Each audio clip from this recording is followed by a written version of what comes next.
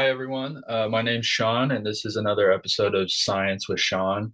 And so I'm going to spend a little bit of time today talking to you just about my fitness journey, how I started, why I got started, and all in the confines of this great office space. But yeah, and then I'll tell you a little bit about how my view on fitness and health has kind of evolved over time. And so I'll go ahead and get started and start talking to you about why I really wanted to uh, start become physically active and start lifting weights and so forth. And I think the first thing I just to be completely honest, was just to hopefully impress women, get a girlfriend, stuff like that, just for social affirmation. Um, and then eventually in high school, once I hit a growth spurt, I grew to about 6'3" ish around my junior year of high school. Started noticing that, I can I'm close to being able to dunk just based off of my height, not because I had any great physical athleticism, but that started to become a goal of mine. So by the time of the end of my junior year, I was able to start dunking just with one hand and so forth. So, and then eventually it became more about personal fulfillment and alignment with my uh, cognitive health, alignment with uh, just being a well-rounded person and not doing it so much for the aesthetics of it all, but more so to do with, the personal fulfillment aspect, becoming really good at something, being the best I can possibly be um, uh, with this pursuit. So it kind of started, I started lifting weights my sophomore year of high school, and I didn't start becoming consistent until maybe a year later. Um, so I remember stepping on the scale one day after a tennis match of mine, and yeah, at this time I was about 6'2", started my junior year about 6'2", and I was 149 pounds. I weighed myself after a tennis match, and I'm like, I have got to do something about this because that doesn't even sound healthy. Um, and so I started to take the nutrition aspect a little bit more seriously, started to eat a little bit more.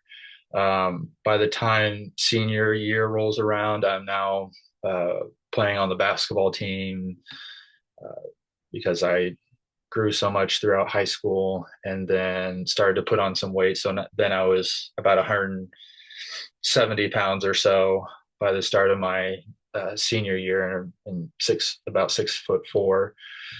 So, I started to take it more seriously after that, because there were so many demands on my time in high school compared to college. And so my freshman year of college, I got a lot more serious about it because, you're only in class for like 2 or 3 hours a day. Um, and I remember my freshman orientation, there was a guy who presented a little bit of information about the exercise science degree. I'm like, there's a degree where I can learn how to get jacked. Like that's that's totally for me. That's what I want to do, no question.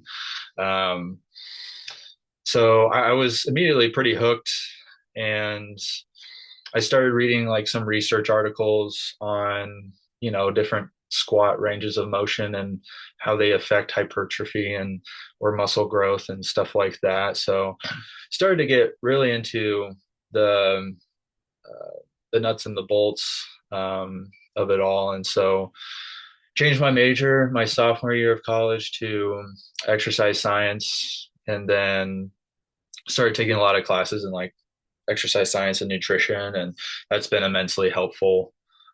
Started learning that like carbs aren't bad for you, and um, there were a lot of things that started changing that I just had no idea. A lot of my fitness and nutrition information was coming from, social media and stuff like that. So now, by the time I was 25, I was really trying to focus more on like, all right, how far can I push this? How much growth can I have? Because I had yet to really optimize a lot of the training variables, the nutrition parameters.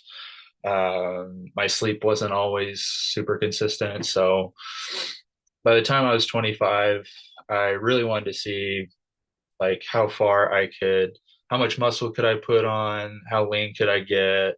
It was less about dunking and my basketball ability and much more about the personal fulfillment and wanting to be good at something. So started taking the exercise and nutrition a lot more seriously. Got a lot more protein, about a gram per pound of body weight. So a lot more protein than what I was getting before.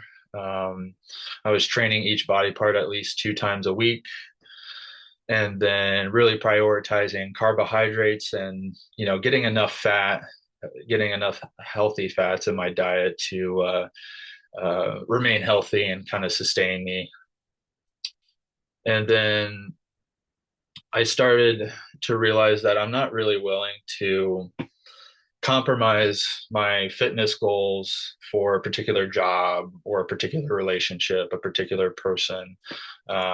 It was becoming important enough to me that like I'm not willing to really sacrifice this in order to work some traditional job. Um, and so that affected what jobs I took, what I applied for, and what I wasn't willing to do. And then, so since then, when I was 25, that was about 5 years ago, and so I'm 30 now, and now I'm really trying to continue to maximize the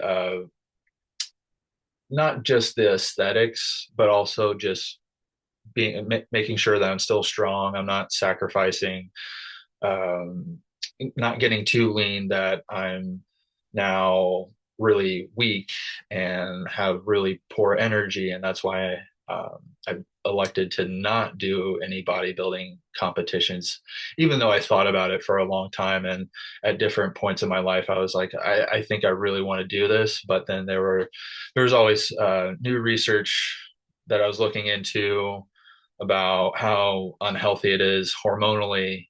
Your testosterone levels can decrease a significant amount, like 70 to 75% of your total testosterone production will decrease if you get down to like competition body fat percentage, like around 5% body fat. So that's just something I wasn't willing to do. Didn't sound healthy, didn't sound safe. So I respect the people who do that, but I don't think it's for me. Um, and so now it's more about also the cognitive benefit. So, uh, and improving memory, uh, improving my, not just my lifespan, but also my health span. I want to continue to be active and healthy into my 50s, 60s, 70s, however long, my body's able to keep performing and doing the things that I love, playing tennis, playing basketball, and lifting weights, and not having to worry if my body's going to be able to do something, um, doing regular activities of daily living, things like that. Um, and so now I'm just trying to maximize each variable, the training aspect. I'll read more research articles. Um, I haven't really done that since I graduated from college. So it had been, probably 8 years since I dug into the research again. I'm not obligated to, but I just thought it'd be a good thing to look into since science is rapidly changing and evolving. Um, so I really have wanted to obtain mastery in this domain of my life. Um, More so for the sake of my future health, putting off, I mean, exercise, especially moderate to vigorous intensity exercise, really has a significant effect on preventing or delaying dementia, especially Alzheimer's disease. So um, now I'll get DEXAs, I'll do blood work, even though I'm not taking any kind of steroid or anything like that. I think it's just a good thing to do. Um, and even though I really haven't done much personal training, I still use my degree every day. So I don't consider my degree a waste, and it's still applicable to my master's in biology that I'm working on and will hopefully finish up here soon, relatively soon. And then I'll start applying for PhD neuroscience programs. So, and there's still lots of overlap. You're still studying the human body and the brain and how those two continue to influence each other for better or for worse.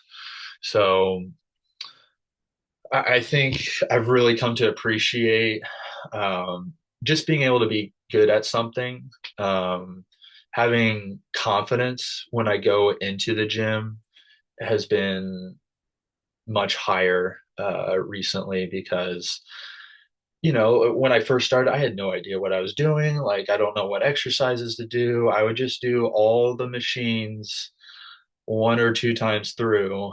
And that was kind of my workout. I just do every machine. So now that's kind of evolved a bit. Um, so it's a really helpful self-improvement tool. It teaches you discipline and, it helps every other area of my life. Learning how to manage your nutrition so that, you're not lethargic or,